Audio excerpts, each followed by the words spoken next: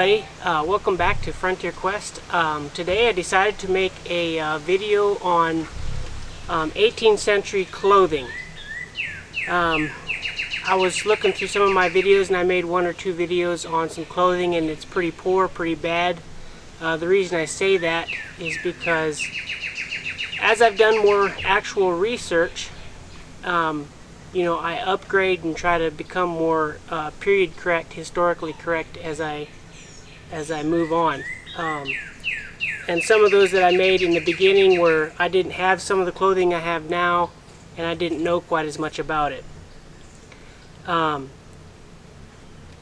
my reenacting and historical living, whatever you want to call it, I portray the mid 18th century. late 50s, very early 60s, the French and Indian War period.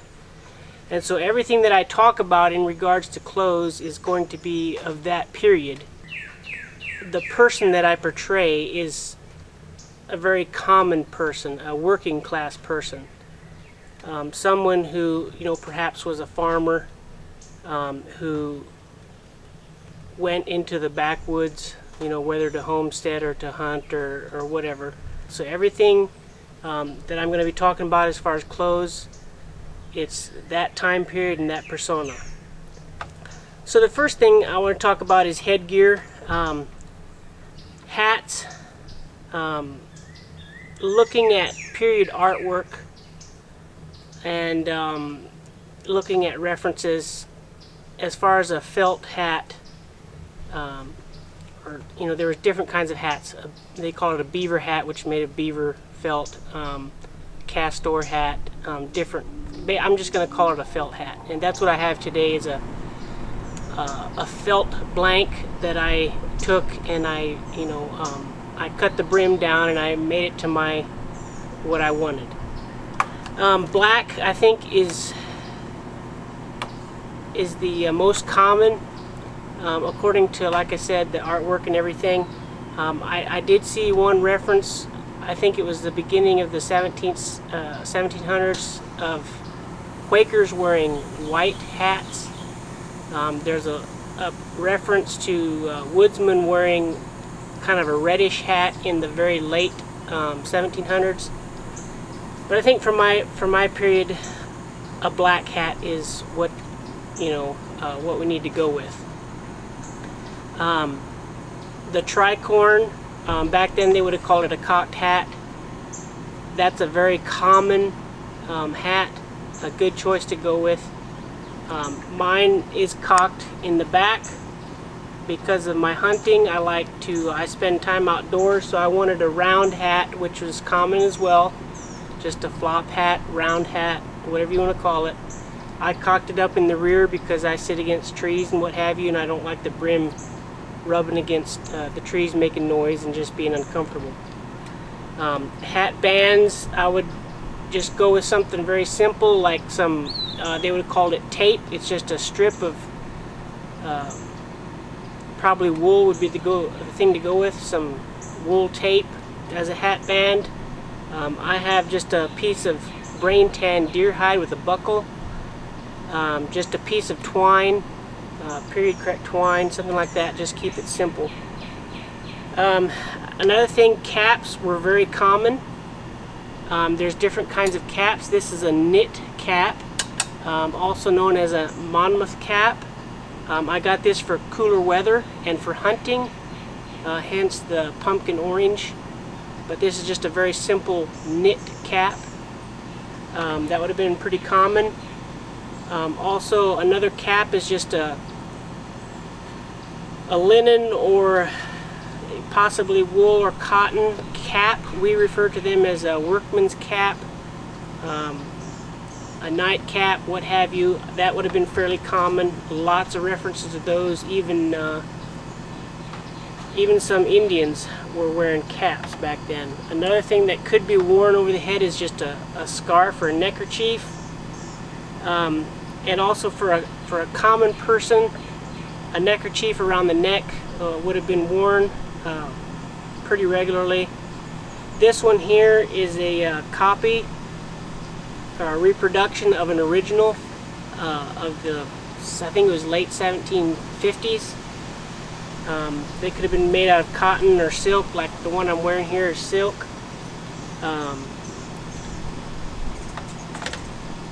For upper classes, they would have probably been wearing more like a neck stock and so on, but for just a common person, a neckerchief, neck cloth would have been the thing to wear. Alright, so then we move on to shirts. A white linen shirt was probably the most common shirt in the 18th century. I think a fairly close second was a check shirt, and this one here is a check. And when I say check, I'm talking about more of like a window pane check, as you see here.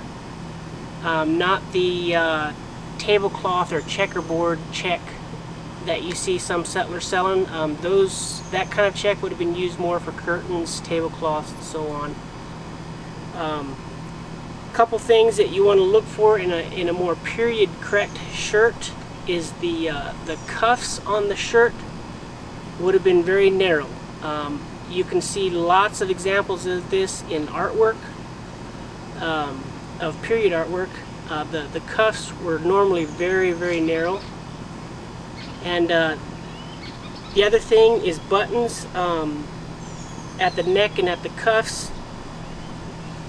A very common button of the 18th century was the thread button, such as I'm wearing here on this shirt.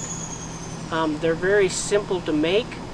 In fact, a good video to watch is a video made by Andrew Shook on YouTube. Just look up his channel and look up his video on thread buttons. They're very simple to make, and it'll add some period correctness to your shirt. Two other kinds of shirts that I'd like to talk about just a little bit, but I don't wear much, is what some people would call the farmer's smock. A modern term, long hunter shirt. That was never a term that was used back then. Long hunters didn't have a certain department in the store they went to get their clothing. From research and from other people's research, I believe in the 18th century they were commonly called a frock. Just a big, large shirt that was worn over the clothes, over your normal clothes, as a protection for those clothes. In my research, I find that all of the artwork that I've seen of these smocks, frocks, are in the very late 18th century. They could have been worn in the mid part of the century. I just haven't seen a whole lot of documentation for that.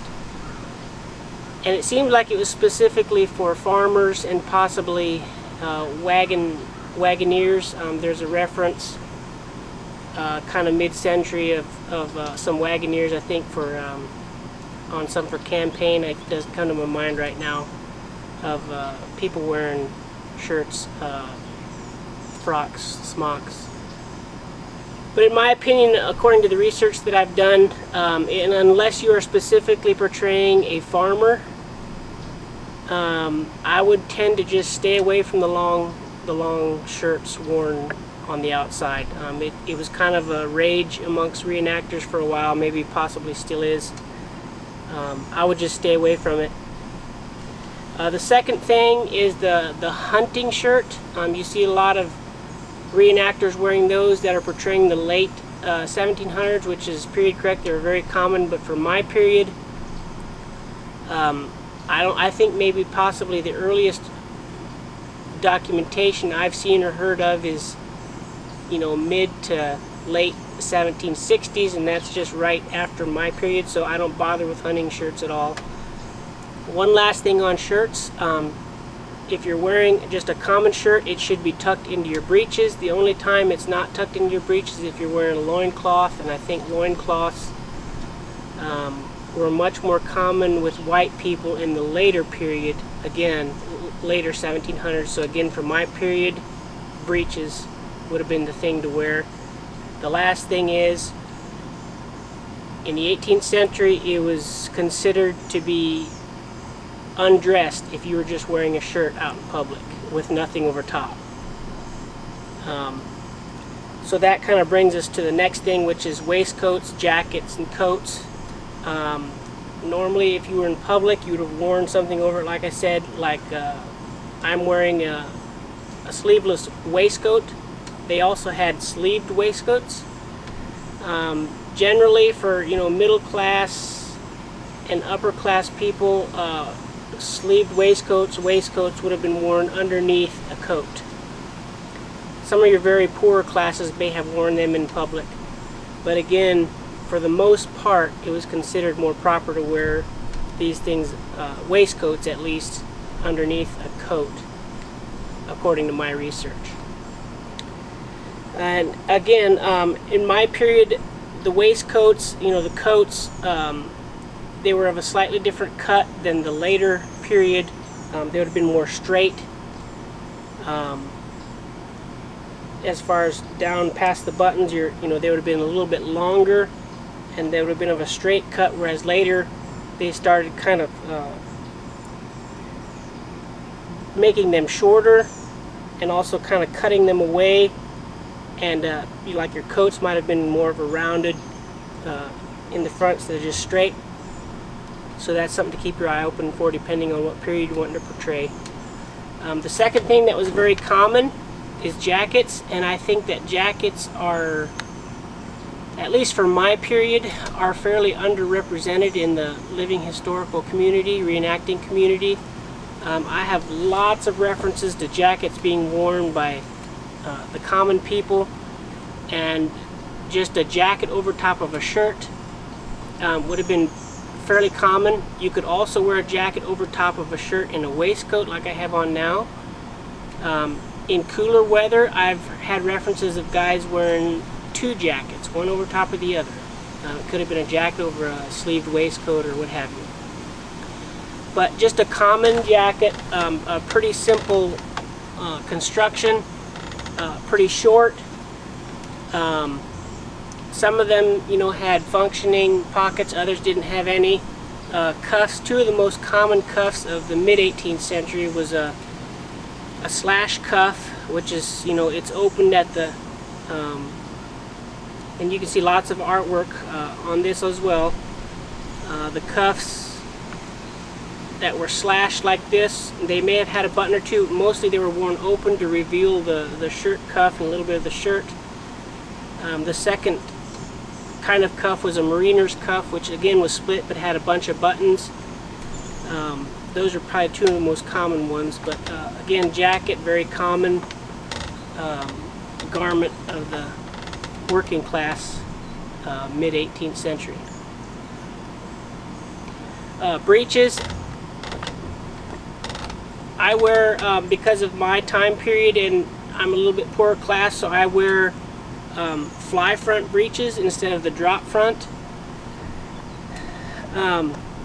I made a pair of buckskin breeches, which was actually pretty common, and again, this is something I think that's pretty underrepresented in the reenacting community.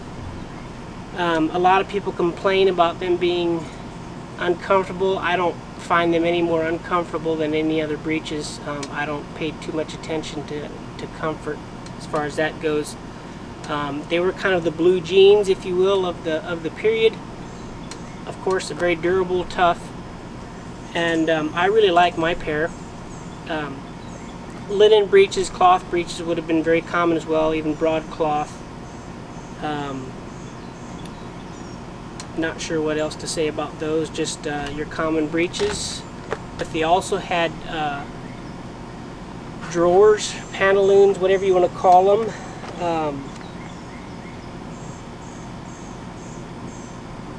I think a lot of people tend to believe that those were in the later period, but I've seen quite a few references of them being worn in the mid-century also. Basically, we'd call them pants today. I've even had references of them wearing them over top of breeches. Not sure why. But that's also another common thing to wear, is your drawers, if you don't like the knee breeches. I forgot to bring my stockings up, but stockings normally come up above the knee. of the 18th century, it was very common just to wear your breeches and stockings, shoes, with nothing over top. Occasionally, you know, you may have seen a pair of maybe gaiters. I think those were more a military thing, but some civilians may have worn some gaiters as well. I don't have a pair. And according to the journals and stuff that I've read, a lot of times the leggings were only worn for the most part in the back country, and that's what I have, is a pair of leggings. These are a pair of buckskin leggings. Wool leggings would have been very, very common.